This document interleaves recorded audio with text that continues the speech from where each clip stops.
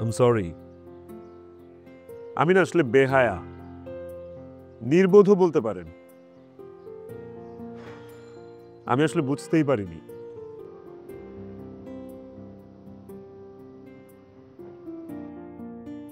আচ্ছা, এখন বুঝতে পারছেন তো? হুম। সরি বলতে এসছেন, তাই না? যান, ঠিক আছে, মাফ করে দিলাম। আমি না ভালো নেই, বিশ্বাস করেন। আমি দিন দিন অসুস্থ হয়ে পড়ছি, ঠিকমতো ঘুমাতে পারি না, খাওয়ার রুচি নেই, কোনো কাজে মন বসাতে পারি না, কোনো কিছুই ভালো লাগে না। আমাকে না বলে ৩ মাসের জন্য উধাও হয়ে গিয়েছিলে। তখন আমার কেমন লেগেছিল? ৩টি মাস কষ্ট দিয়েছ আমাকে।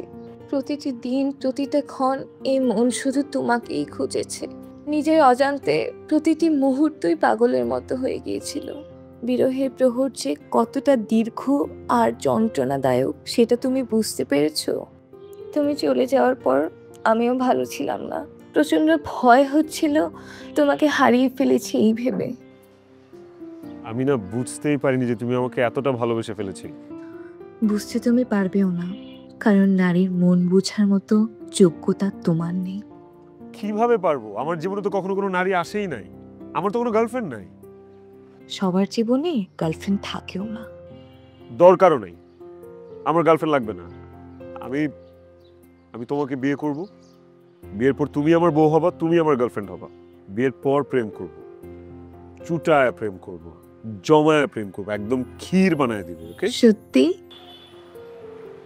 সত্যি সত্যি সত্যি সত্যি। ওকে? ঠিক আছে।